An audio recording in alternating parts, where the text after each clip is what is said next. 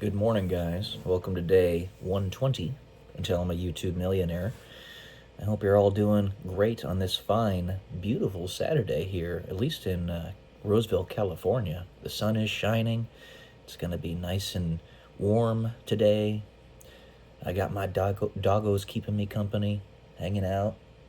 They just lay on my bed while I do my business and stuff, personal work. So aside from the stuff that I do on a typical day, which is I work out 4 days per week, sometimes more. I might work out today, we'll see. I read anywhere between 10 pages to an entire book in any given day. I write between 500 words to 2,000 words, if you will, depending on how I feel and what other things I have to do that day. I post about anywhere between 4 to 15 videos on various YouTube channels and other platforms, because you never want to centralize your efforts. You definitely don't want to put all your eggs in one basket. YouTube is a great, very powerful tool, but ultimately it has its flaws and its biases, and it could fall at any point in the near future. If Rumble does actually succeed like I myself am hoping it does, and many other people in the alternative media sphere, so thankfully it's not as alternative as it used to be. It's actually becoming more mainstream, getting people to see that you don't want to put all your eggs in one basket.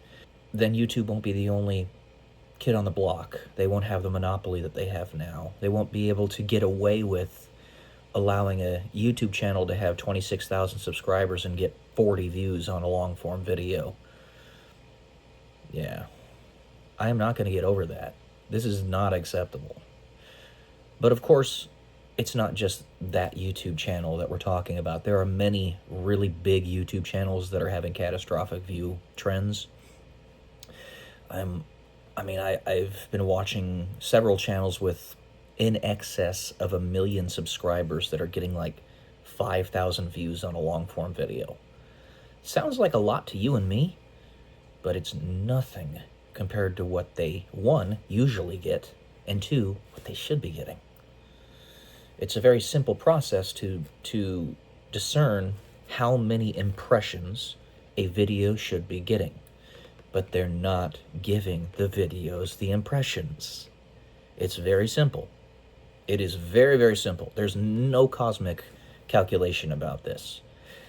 The number of impressions your video gets, number of times that you put it in front of somebody, is the number of subscribers that that channel has plus 1,000. And then you can give a multiplier for the number of comments, number of likes, number of shares, and all that stuff, depending on how often they're shared and liked and what have you. But, and that can happen over the course of, say, a week, maybe 2 weeks. Depending on the time of year, maybe you give it a month to get that number of impressions or more. But I'm going off on a tangent here. The main thing I was trying to get at is that most of our days are populated with banalities, mundane things, because we live in a linear form of time. We have to live from day to day, you and I. We live the long way around, as the doctor in Doctor Who says when he punches his way through Splantium to get to Gallifrey from the prison that he's in. It's a long story. But if you had the ability to move about through time as if it were a river or a mountain that you could climb, and it's nothing crazy or difficult to do, then the times where your day is filled with mundane things or banalities or unimportant, seemingly, things from day to day, from moment to moment, you could fill that up instead with things of consequence go from one important event to another as you have energy to do so. Don't wear yourself out. And have a positive effect on those events. If nothing else, have no effect on the event, but have an effect on you. You see it, you experience it, you observe it, and you learn from it. We have something that's similar to that in videos and audio files and the internet, but it's not the same thing as actually having a reinstantiated event that is literally happening before your very eyes, and the people that you see within it are real. It's not a recording. It's actually happening. When we invent time travel, time will no longer exist. Or rather, when it becomes something that everybody has access to, time will no longer exist. But so long as only a select number of people have access to it, they have to work to guide us towards that timeline where everybody can have access to it. To get all of the disparate perspectives, the forceful wills to stop trying to hurt people and dominate others, so that we can all collectively be on the same playing field and get access to it, and therefore make it so it's no longer important. When everybody's special, nobody is. And that's good in this regard, because you get access to everything and anything that you want, and everybody gets it. But this is not possible so long as there are other people that are trying to be authoritarian and dominate you. Our days will no longer be filled with banalities unless we want them to be filled with banalities. We'll fully have the opportunity to choose what we want to choose.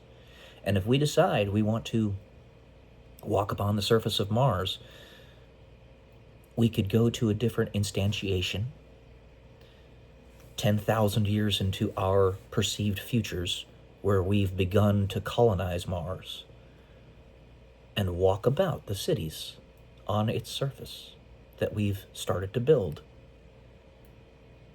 It won't be cosmic, even though it's cosmic. Lo, the irony. The banality and the mundane nature of our day-to-day lives is what I'm trying to get at here, and how it might not be that way for much longer. And everybody is going to get precisely what they want. It's going to be, in some way, shape, or form, equivalent to heaven.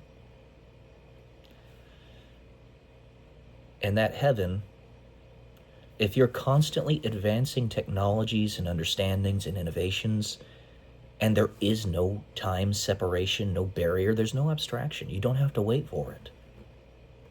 You can just go to it. Think about it. What you imagine as reality, therefore, is. So when you say your perception is reality, full access to a machine that travels through time as if it's nothing literally makes it so that eventually everything is immediately possible when time no longer exists. Come on, guys, put this together, because we're all going to be working to advance those things. All right, that's all I got for today, guys. Love y'all. Peace.